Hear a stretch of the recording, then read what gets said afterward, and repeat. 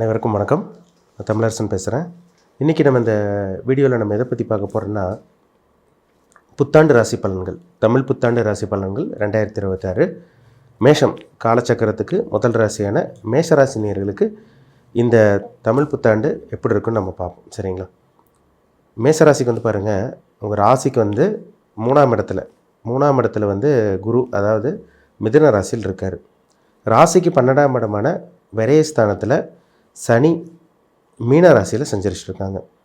ராகு வந்து ராசிக்கு 11ஆம் இடமான லாபஸ்தானத்தில் கும்ப ராசியில் இருக்கார். கேது வந்து பார்த்திங்கன்னா உங்களுக்கு ராசிக்கு வந்து 5ஆம் இடமான பூர்வ புண்ணிய ஸ்தானத்தில் சிம்ம ராசியில் சஞ்சரிச்சிட்ருக்காங்க. இதுதான் வருடகிரகங்களுக்கு உண்டான அந்த அமைப்பு. பொதுவாகவே நம்ம புத்தாண்டு பலன், அதாவது ஆங்கில புத்தாண்டு பலனாக இருக்கட்டும் அல்லது தமிழ் புத்தாண்டு பலனாக இருக்கட்டும், இந்த வருட பலன் பார்க்கும்போது இந்த வருடகிரகங்களுக்கு தான் முக்கியத்துவம் கொடுக்குறோம். ஏன்னா அது ஒரு குறிப்பிட்ட காலம் வரைக்கும் செயல்படும். ஒன்றா நல்ல விஷயம் நடக்கும், இல்லைன்னா கெட்ட விஷயம் நடக்கும். அது கொஞ்சம் ரொம்ப ஒரு லாங் டேர்மாக நடக்கும்னு வச்சுக்கோங்க. சரிங்களா? அதனால தான் இந்த வருட பலன் வந்து நம்ம வருடகிரகங்களுக்கு மட்டும் நம்ம முக்கியத்துவம் கொடுத்து பார்க்குறோம். ஏன்னா மாத கிரகங்கள் வந்து பார்த்திங்கன்னா மாதம் நகரும். அது வந்து மாதம் நம்ம பார்ப்போம். ஆனால் வருடகிரகங்கள் வந்து பார்த்திங்கன்னா ஒரு சில இம்பேக்ட் ஏற்படுத்தும். இப்போ சனி, ராகு, கேது, குரு எல்லாம் வந்து பார்த்திங்கன்னா வருடகிரகங்கள் ஒரு இடத்துல இருந்தால் ஒரு குறிப்பிட்ட காலம் வரைக்கும் ஒரு லாங் டேர்ம்னு சொல்லலாம். அந்த லாங் டேர்மை வந்து பார்த்திங்கன்னா ஒன்றா பாசிட்டிவான விஷயங்கள் கொடுக்கும் அல்லது நெகட்டிவான விஷயங்கள் கொடுக்கும். அதனால தான் வருடகிரகங்களுக்கு ரொம்ப ரொம்ப ரொம்ப முக்கியத்துவம் கொடுத்து நம்ம பார்க்குறோம். இப்போ 12ஆம் இடமான விரயஸ்தானத்தில் சனி இருக்காருங்க. சனி வந்து 12ஆம் இடமான விரயஸ்தானத்தில் சனி இருக்கிறனால ஏகப்பட்ட பிரச்சனைகள் மேஷராசிக்காரங்களோட வாழ்க்கையை வந்து பார்த்திங்கன்னா போராட்டமாக போயிட்டுருக்கு.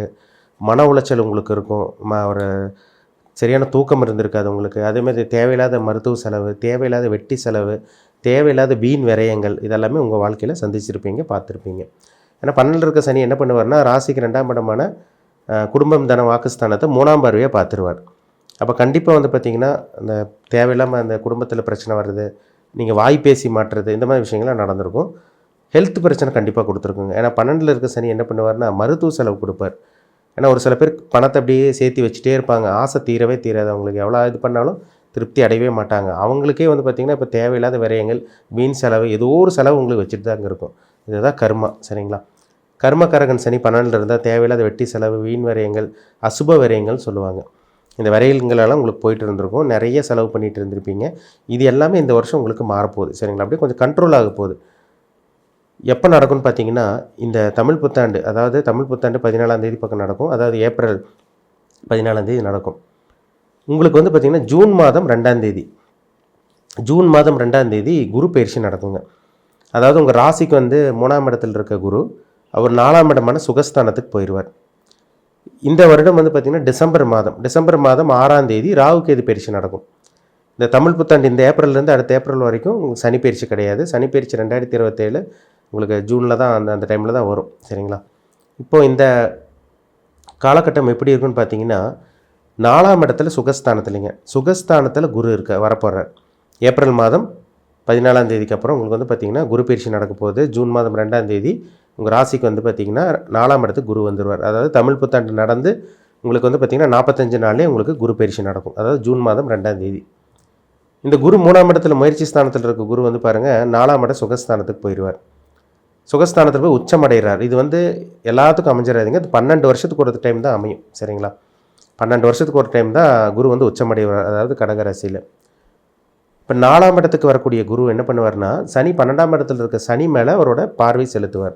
9ஆம் பார்வை, பலமான பார்வை உங்களுக்கு 12ஆம் இடமான விரயஸ்தானத்தில் விழுகும். சனி மேலே பார்வை விழுகும், மீன ராசியில் விழுகும்.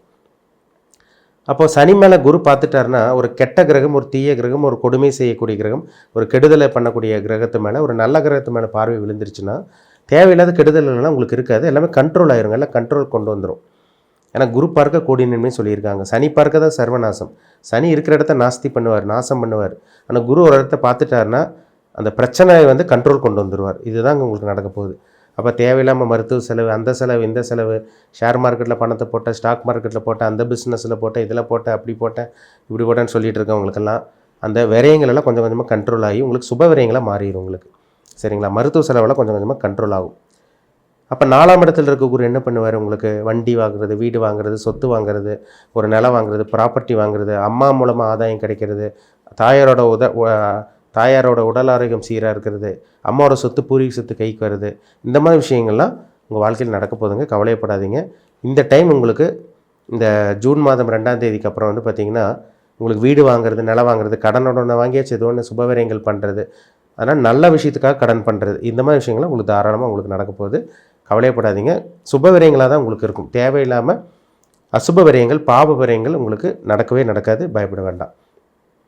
4 குரு வந்துட்டாலே பாருங்கள், ஏதோ ஒன்று கடன் வாங்கியாச்சும் ஒரு இடம் வாங்கி போடுறது, ஒரு வீடு கட்டுறது, பாதையில் நின்று வீடு மறுபடியும் புதுப்பிக்கிறது, கண்டினியூ பண்ணுறது, இல்லை ஒரு 2 வீலர் வாங்குறது, வண்டி அடிக்க ரிப்பேர் வச்சுட்டே இருக்குது, ஒரு 2 வீலர் மாற்றணும், ஒரு கார் வாங்கணும்னு நினைக்கிறேன், பேங்க்கில் லோன் கிடைக்க மாட்டேங்குது, இந்த மாதிரி சொல்லி புலம்பிகிட்டு இருக்கவங்களுக்கெல்லாம் இந்த டைம் ஒரு அருமையான அட்டகாசமான நேரம்னு சொல்லாங்க.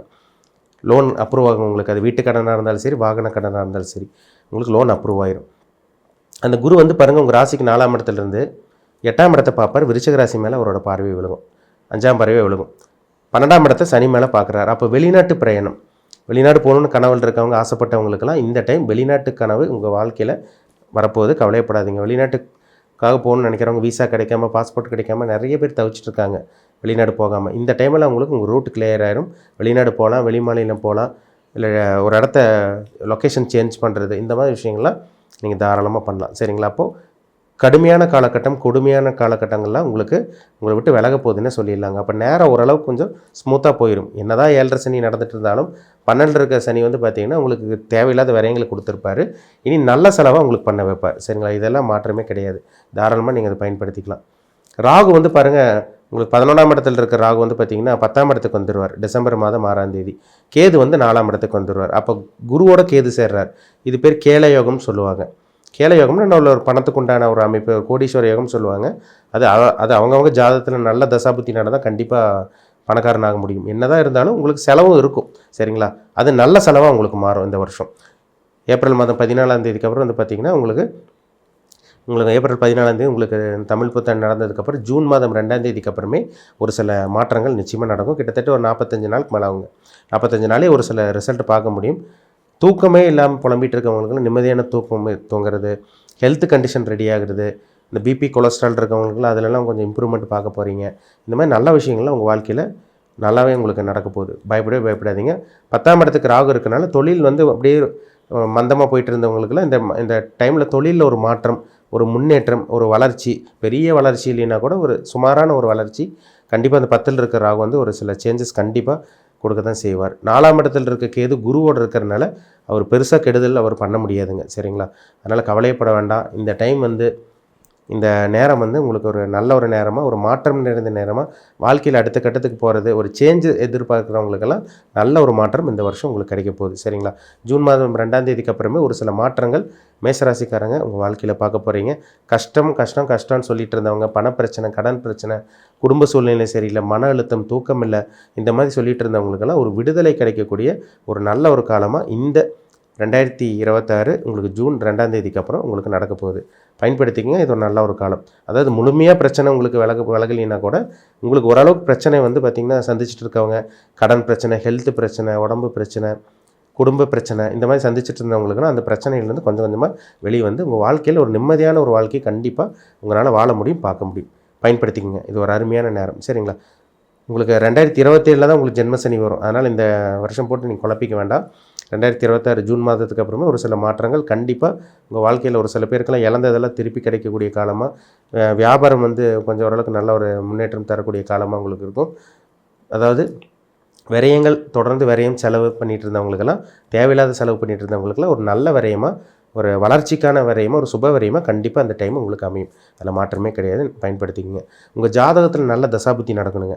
நம்ம என்னதான் பார்த்துட்டு இருந்தாலும் 7.5 சனி நடந்துட்டு இருந்தாலும் உங்கள் ஜாதகத்தில் சனி நல்லா இருக்கணும். அப்போ தான் அந்த 7.5 சனின்னு தப்பிக்க முடியும். முக்கியமாக சொல்லப்போனால் நல்ல தசாபுத்தி நடக்கணும். நல்ல தசாபுத்தி நடந்துட்டு இருக்கவங்க தான் மேசராசிக்காரங்க ஒரு சில பேர் தப்பிக்கிறாங்க. கெட்ட தசாபுத்தி உங்களுக்கு ராகு தசை, செவ்வாய் தசை, உங்களுக்கு வந்து பார்த்திங்கன்னா பாவகிரகங்களோட தசை, சனி தசையில் ஒரு சில பேர்த்துக்கு சனி தசையோ அல்லது சனி புத்தியோ, சரிங்களா, ஏதோ ஒன்று நடந்துகிட்ருக்கும். தசையும் கிடையாது, புத்தி உங்களுக்கு கிராஸ் ஆகும். அந்த டைமில் சில பிரச்சனைகள் வரக்கு அதிகப்படியான வாய்ப்பு இருக்குது.